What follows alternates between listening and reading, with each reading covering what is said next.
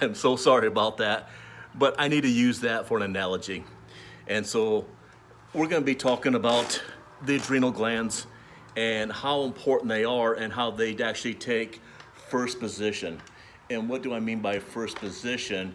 It means it's actually more important to work on the adrenal health before anything else. So it takes precedence over thyroid function and even immune function. So right off the bat, if you're out walking and there's a great big German Shepherd barking at you and come running at you, your adrenal glands, which are these small little organs on top of your kidneys, they release stress hormones. And these stress hormones tell you to rapidly fight or flee. So if a dog was barking, you thought he was going to be bit, you'd have to run and run fast to stay out of harm's way. Believe it or not, that's actually not a horrible scenario unless a dog gets you. And what I mean by not horrible, that's how you should respond. You should be to the point where if you're in real danger, you will run or you will fight the danger. Usually you'll run because if it's a dog, it's probably going to bite you. And so when it comes to the adrenal health, what we were not designed for, what's not in our DNA, what's not a stressor that we've adapted to very well, it's the dog or the perception of that dog, your neighbor's dog that could bite you, that's outside 24 hours a day. And that nonstop fear if you go outside. Now, that nonstop fear actually can drain down the adrenal glands to the point where you just simply get exhausted or you're just done and over with it. And so you might be able to relate. So I'll break this down in simple ways I can think of it is there's actually 7, but we'll break it down to 3. There's 3 stages of adrenal fatigue. So in stage 1, you don't know it.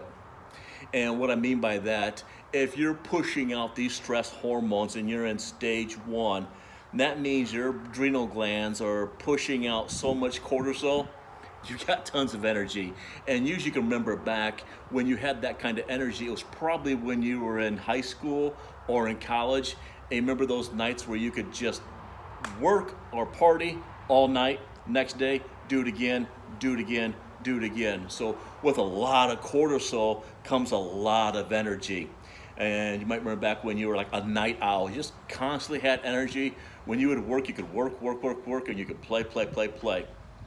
And then comes the moment where, you know what, I gotta start drinking coffee because I'm just not feeling it. That's when you first recognize that you're in adrenal fatigue. And because of the nonstop, repetitive amounts of stress, and the stress can come from financial, spiritual, relationship. But once the adrenal glands do not push the same amount of cortisol out, that's adrenal fatigue. And very hard to measure adrenal fatigue, by the way, in a urine sample or a blood sample, because you had to measure the cortisol 4 times a day. And the most accurate way of doing that is going to be via saliva, and then measuring it 4 times a day and measuring how high that cortisol is at that time of the day. And then once you know when that cortisol is high or low, there's things that you can do. So let's get back to stage 2. You're knowing it, you're wanting coffee, you're wanting sugar, you're starting to feel some fatigue, and then maybe years go by and then it doesn't matter.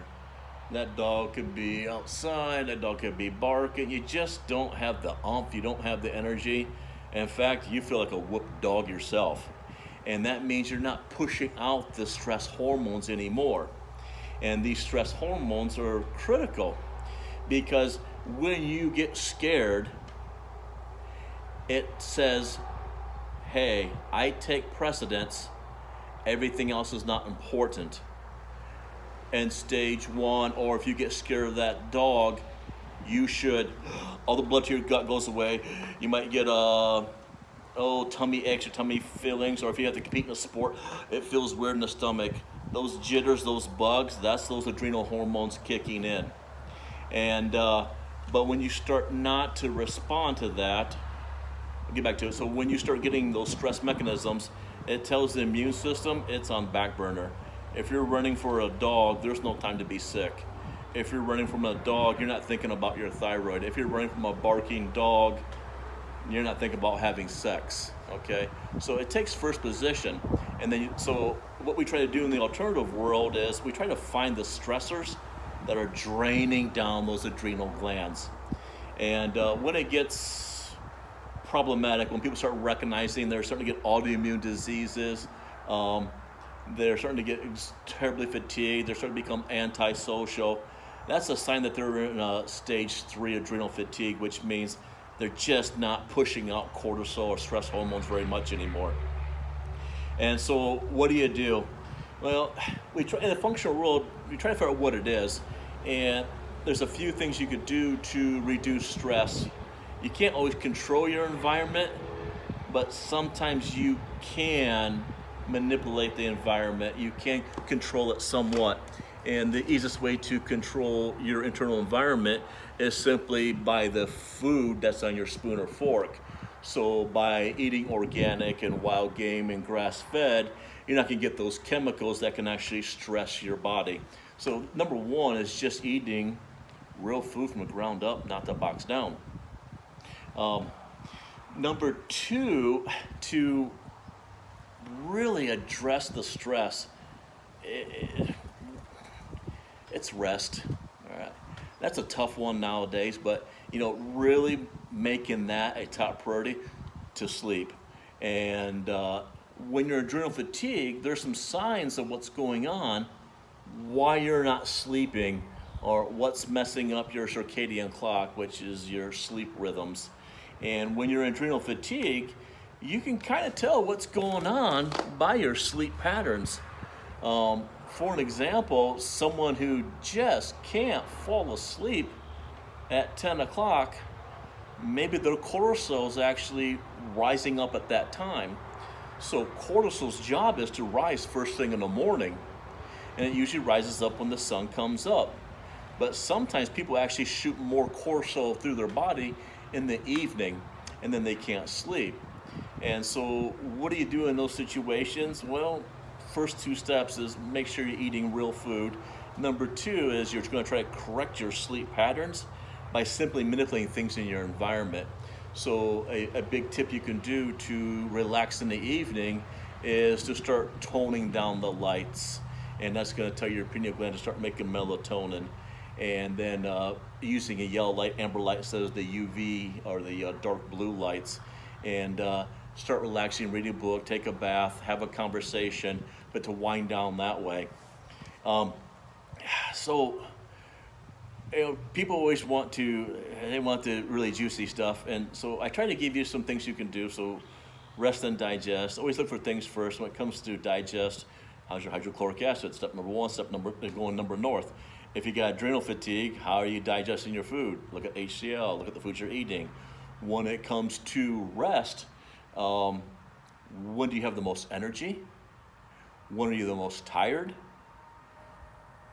Once you know that, even without using a lab, those are some clues to how your body's responding. What's that circadian clock doing? So I'll give you a real basic one. I used to run a lot of labs and lab interpretation, so we ran these adrenal profiles and some things that we could do. So let's say we do adrenal panel and someone's got low cortisol when they wake up, and they have low cortisol at 11 o'clock or around 12 o'clock. You simply try to raise their cortisol in a very natural, healthy way. So how can you do that? By getting very rhythmic, which means try to have the same schedule every day. So when the sun starts coming up, try to start waking up and start trying to go to bed at the same time. Sometimes that's enough to bump that circadian clock right back into pattern. And some things that you could do to kind of bump the adrenal glands. One of my favorites, and it's really, really simple, is adding a little bit of pink Himalayan salt to your water first thing in the morning. The adrenal glands love minerals. If you give them the minerals, it might be enough just substrate for them to start to rebalance themselves back out. 3 is a big one. There's herbal adaptogens, and there's one in particular that works really good. I'm gonna put a little caveat on it. If you're on it long term, it can actually raise blood pressure. So if you have low blood pressure, maybe this is something you want to look into. If you have high blood pressure, then it should be short term only. So what you can do is simply take licorice. Now, licorice will actually extend the half-life of cortisol. Well, so if you need to bump that cortisol up a little bit, a licorice tab might just do that. And then you could do another maybe licorice tab at noon. And when you start having more energy at that time, that might start to correct that clock. Another thing you can do is look at things that calm you down. Usually when you have more calming substrates, my favorite being magnesium, usually more energy it will give you. And so people with adrenal fatigue, they always want to go for the coffee, go for the stimulants, go for the yang. But a lot of time you're gonna need that yin to actually get the energy. So yin is the matchstick. If you have that stick, you keep burning energy. Yang is when you strike that match, you got big energy. So sustain that energy. Magnesium is a magnificent player. It's one of the few supplements that's actually pretty safe for about everybody. And with stress and low hydrochloric acid, almost everybody's gonna be low in magnesium. What do you do if you want to lower cortisol? I'll give you a little tidbit, and then I'll open this up for a Q&A later. One of my favorites, I don't use it very often, but it's actually really effective short term, is the supplement phosphatidylserine. Phosphatidylserine can actually lower cortisol quite nicely. So I used to use this when I would train fighters and grapplers and wrestlers.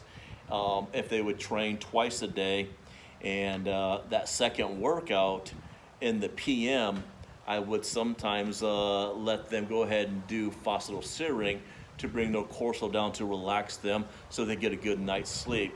So licorice can actually raise cortisol and kind of increase the half-life. Phosphatidylserine can lower it.